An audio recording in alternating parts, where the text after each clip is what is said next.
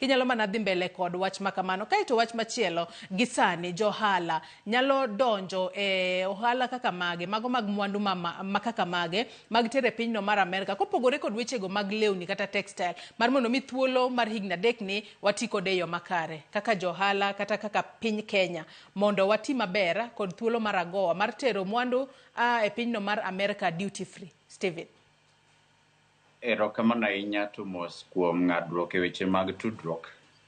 Wacho ni weche gik molos gi lwet dhano gi samoro keloga shida, but koro ki ing'iyo kama natemo lero en ni wach mar agowa ni iyudo ka koro omiyo Kenya gi johala ma Kenya mor mokalo, nikech iyudo ka sani endi pinje mang'eny osemedo ushuru nikech piny tek kamoro amora. Koro gimbe gidwa ni mondo mi ka igolo mwandu e piny machielo kitero e piny gi to chulo ushuru man malo, nikech gimachielo ma gitemo timo en ni mondo mi gidong their local industries, mondo mi gidong industry margi mondo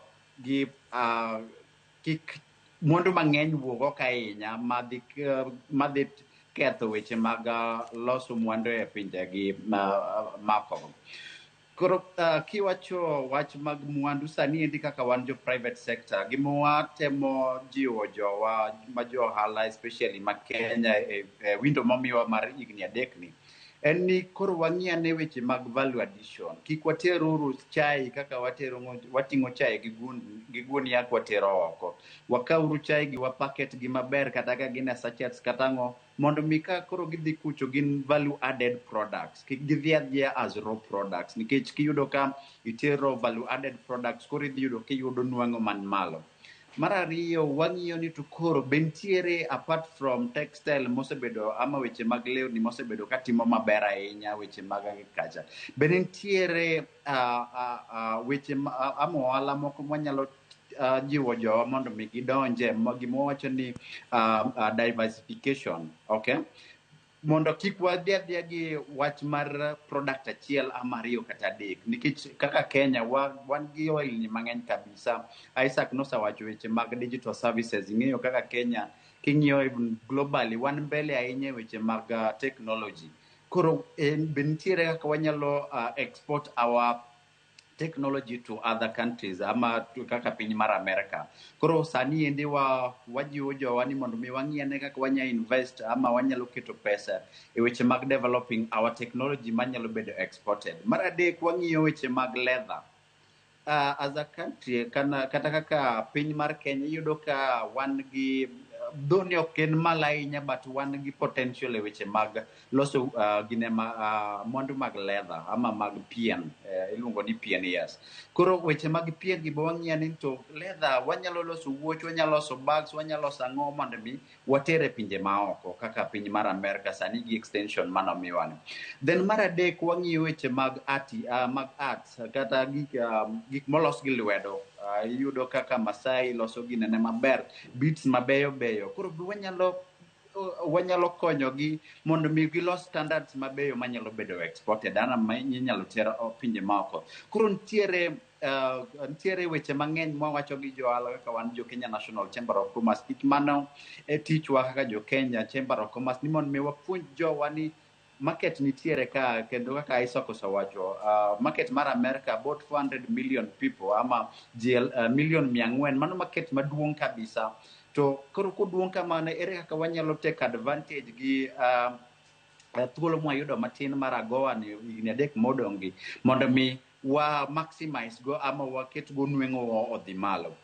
Then gimachielo mabe wawacho en ni koro kaka government ama kaka sirkal, nikech koro agowa to sabiro, tiyudo ka cost of production apart from jok maloso wechegi ama maloso mwandu gi EPZ, mana Isaac wacho ni luongo ni export promotion zones. Yudo ka jok maloso EPZ yudo ka cost of production ni piny.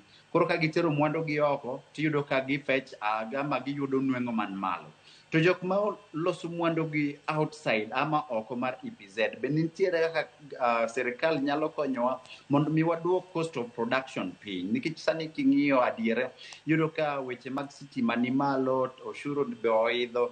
koro yudo ka iloso mwandu ni to mondo mi ochop ka kimedo weche mag transport iyudo ka koro cost of production dhi malo to kendo mano dhi duogo dhi keto nweng'o ni kaka jo ohala bedo matin. Koro wawuoyo gi government ahinya ni seche ma kata wa negotiate kod America kata agreement sani mana wacho mar STIPA mar Strategic Partnership and Investment Agreement, wang'i be kaka wan kaka jopiny kapok wadhi oko kucho man mi wang'is miya oshuru man piny to piny ka watimo nang'o mondo mi wakony jowa o produce ama olos mwandu gi gi pesa man piny. Then mogik ma adwa wacho en ni iyudo ka America sani endi king'iyo kaka ohala no nobiro ama kaka extension nobiro. Koro wang'iyo ni mondo mi dongruok kik obed abeda e Nairobi, Mombasa gi cities madongo dongo. Di be piny kuko kaka an awuok Homa Bay. Kwadhi Homa Bay wang'iyo ni to mwandu mage mawuok Homa Bay kidhi korwa rabuon timo maber ahinya. Ere kaka wanyalo loso rabuon ni mondo mi obed kata crisps.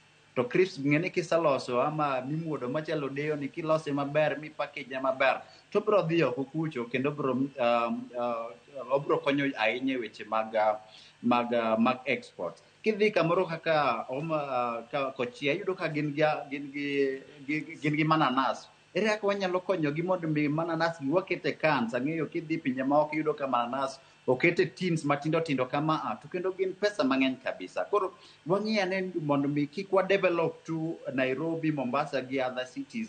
Wang'i